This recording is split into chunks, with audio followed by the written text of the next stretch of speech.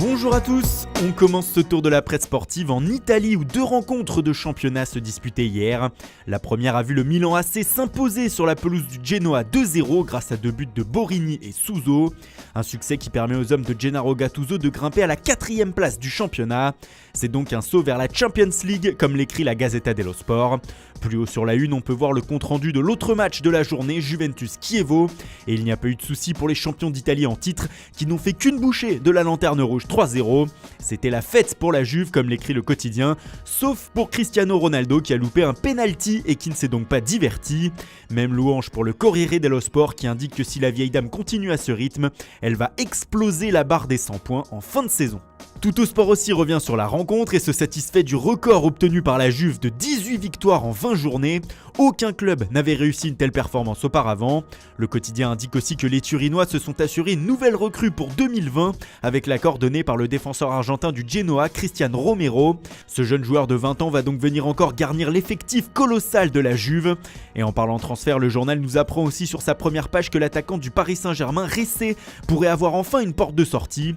Elle mènerait au Torino qui aurait bougé sur le dossier.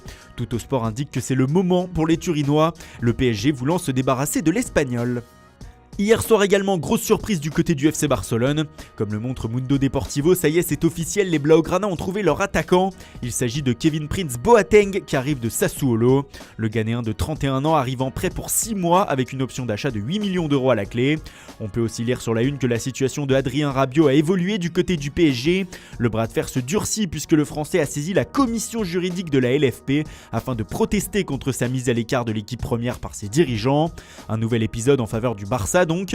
Autre actualité en Catalogne, elle concerne le champion du monde Ousmane Dembélé. Le Français sera absent 15 jours comme l'indique Sport suite à sa blessure à la cheville contractée lors du dernier match de championnat contre Leganés dimanche.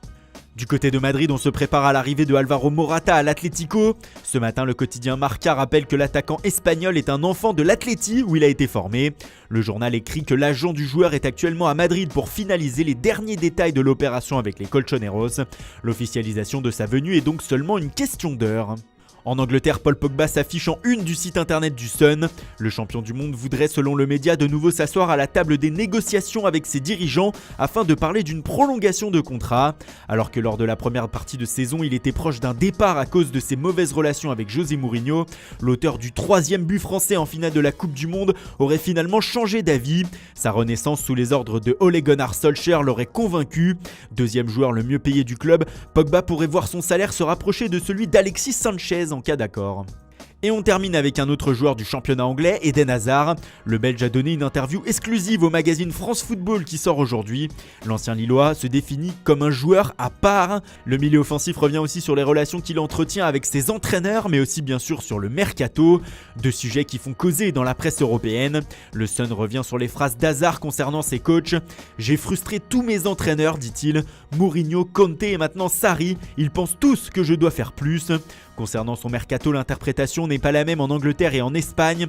Le Daily Star écrit que le Belge a laissé entendre qu'il pourrait rester. « Bien sûr que j'ai fait le tour de l'Angleterre, mais ça ne veut pas dire que je vais partir », a-t-il lâché. Alors que du côté de As, on a retenu cette déclaration. « Aller à Madrid ? Pourquoi pas ? Vous posez la question, mais vous savez très bien la réponse, alors il ne faut pas poser la question. » Bref, on n'y voit pas plus clair et le suspense reste entier.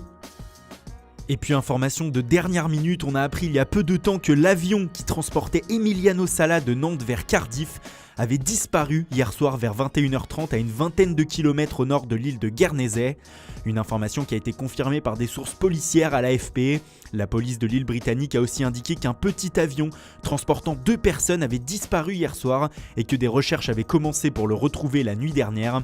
Cependant, celles-ci ont été interrompues vers 2h cette nuit et ont repris ce matin.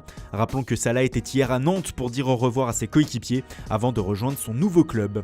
Voilà, c'est tout pour ce matin. Merci pour votre fidélité, bonne journée à tous et rendez-vous dès ce soir pour un nouveau journal du Mercato.